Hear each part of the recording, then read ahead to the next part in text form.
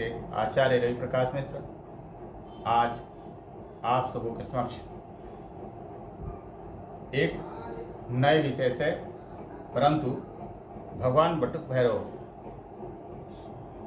के साथ जुड़े हुए प्रसंग को, या भगवान बटुक भैरव किसके साथ जुड़े हुए हैं, ऐसे प्रसंग को लेकर आप सबों के समक्ष उपस्थित हुआ हूँ।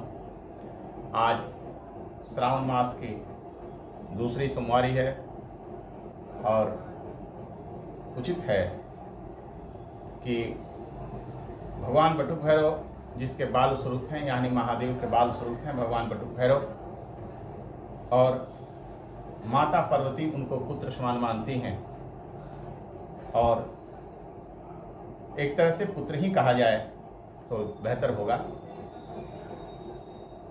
कहीं कहीं काली के लाला शब्द का प्रयोग किया गया है, तो इसलिए आज मैं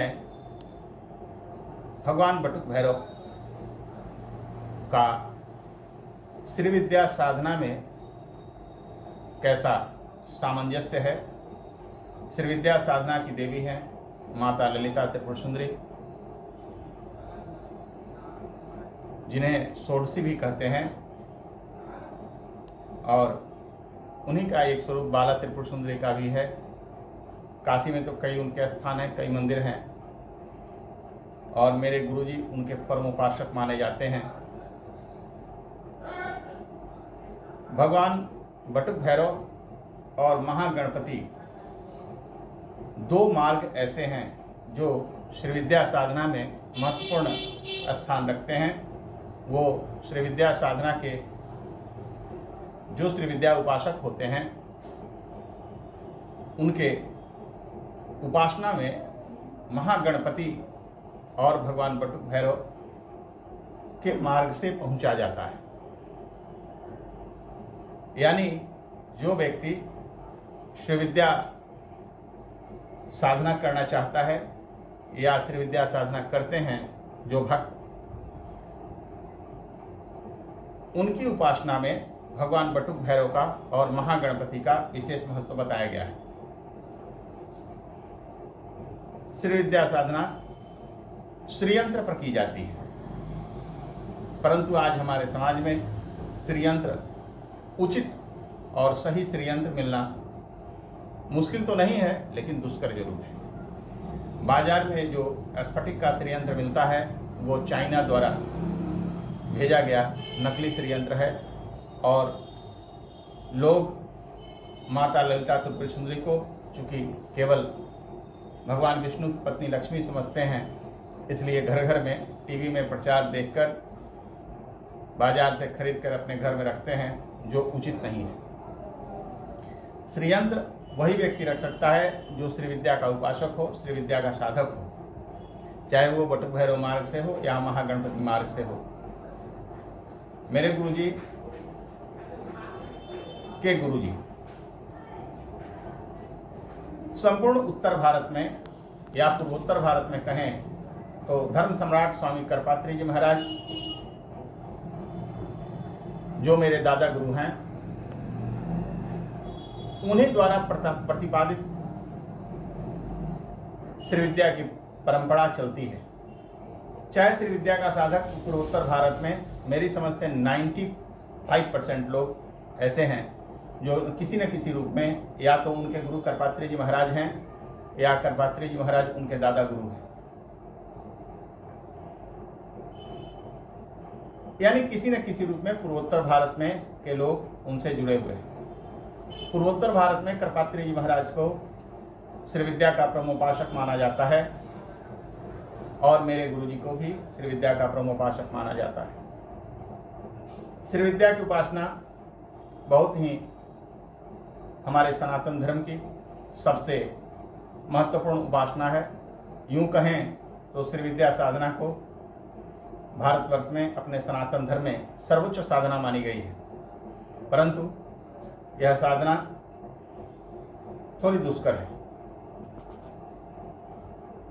और बटुक भैरव साधना आसान है। श्री विद्या साधना में या तो सबसे पहले महागणपति की साधना की जाती है, या फिर बटुक भैरव महाराज की साधना की जाती है। श्री विद्या साधना के संबंध में आज मैं विशेष रूप से श्रावण मास होने के कारण आप लोगों से चर्चा कर रहा हूं। मित्रों, श्री विद्या माता ललिता त्रिपुर सुंदरी और उसी में जो उनका पुरुष स्वरूप है वो ललितेश्वर के नाम से जाने जाते हैं। माता ललिता त्रिपुर सुंदरी के संबंध में मेरी जिह्वा क्षमता विहीन है, बहुत कुछ नहीं कह सकती, और शास्त्रकारों का कहना है कि यह गुप्त विद्या है, इसे सरेराह जाहिर नहीं करना चाहिए, परंतु उतना तो बताना ही चाहिए जिससे लोगों के मन में इसके प्रति जागृति हो, ज्ञान हो। श्री विद्या साधना चारों शंकराचार्य पीठों के माध्यम से हमारे भारतवर्ष में प्रचलित हुई है।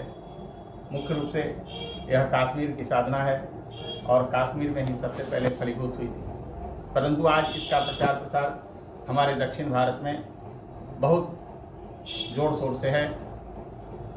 पश्चिमी भारत, उत्तर भारत और पूर्वी भारत में इसके प्रचार प्रसार बहुत कम है, परंतु मेरे गुरुजी के प्रभाव से मेरे गुरुजी ने इसको पूर्वोत्तर भारत में बहुत अधिक प्रसारित किया।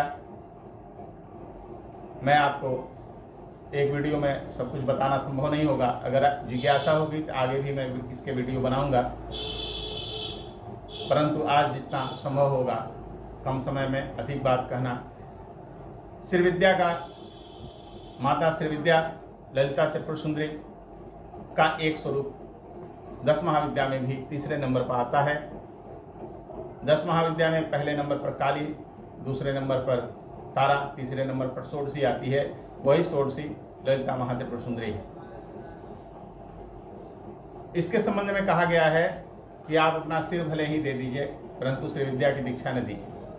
यानी कहने का तात्पर्य है श्री विद्या की दीक्षा उसी व्यक्ति को देनी चाहिए जो उपयुक्त हो, उसकी पूरी जांच पड़ताल करके वह सदुपयोगी व्यक्ति हो, उपयोगी व्यक्ति हो, भक्त व्यक्ति हो, उसको श्री विद्या की दीक्षा देनी चाहिए।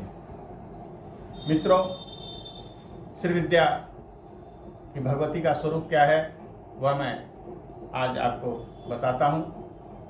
मुख्य रूप से श्री विद्या साधारण स्वरूप में जो उनकी मूर्ति है, 4 भुजाधारी हैं। श्री विद्या माता त्रिपुर सुंदरी अपने आसन पर विराजमान हैं, चारों हाथ में पास, अंकुश और इक्षु मतलब गन्ना, और एक हाथ में पंच पुष्प है, परंतु और देवताओं की मूर्ति की भांति आशीर्वाद मुद्रा नहीं है। क्यों? यह बिना कार्य किए आशीर्वाद नहीं देती, और देवता बिना कार्य किए ही आशीर्वाद के लिए हाथ उठाए रहते हैं, परंतु मेरी ललिता त्रिपुर सुंदरी बिना कार्य किए हुए आशीर्वाद नहीं देती। आपको कर्म करना होगा तभी वो आपको उसका फल देगी। इसलिए मित्रों, यह प्रारंभिक चर्चा है। श्री विद्या की साधना बिना दीक्षा के नहीं करनी चाहिए, जिस तरह बटुक भैरव की साधना बिना दीक्षा के नहीं। मैं पहले ही बताया कि शिव परंपरा में जितनी भी साधनाएं हैं वह दीक्षा के बगैर निष्क्रिय है, उसका कोई फल नहीं होता, हो सकता है उल्टा उसका दुष्प्रभाव हो जाए।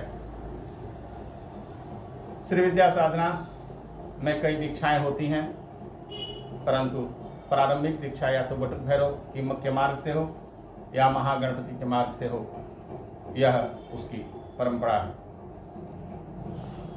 हमारे आदि गुरु शंकराचार्य ने 4 पीठों में इसकी परंपरा प्रारंभ की, जिसके माध्यम से उनके भारतवर्ष में अनेकों गृहस्थ शिष्य और सन्यासी शिष्य, ब्रह्मचारी शिष्य पूरे भारतवर्ष में, यहाँ तक कि भारत के बाहर भी फैले हुए हैं। आप लोग पूरा वीडियो देखते नहीं हैं, इसलिए आप लोगों को पूरी जानकारी होती नहीं है, यह मुझे अच्छा नहीं लगता। इसलिए मेरी आप सबसे विनती है कि पूरा वीडियो देखा करें, अधूरी जानकारी रखकर क्या करेंगे, पूरी जानकारी रखें। और अगर आपको यह वीडियो पसंद आएगा, श्री विद्या के संबंध में आगे भी वीडियो अगर आप चाहेंगे तो मैं बनाया करूँगा। बीच बीच में बटुक भैरव का भी वीडियो बनेगा, बटुक भैरव के बारे में भी ज्ञान प्राप्त होगी, श्री विद्या के बारे में भी ज्ञान प्राप्त होगी। मित्रों, मेरा यह वीडियो अगर आपको पसंद आए तो लाइक करें, शेयर करें, सब्सक्राइब करें और घंटी के बटन को जरूर दबाएं ताकि आपके पास मेरी वीडियो, नई वीडियो शीघ्र से शीघ्र प्राप्त हो सके। आज सावन की सोमवारी है। मैं आपसे इस वीडियो के बाद बात को समाप्त करता हूं और पुनः अगले वीडियो में मिलूंगा। नमस्कार, हर हर महादेव। नमः पार्वती पतये, हर हर महादेव।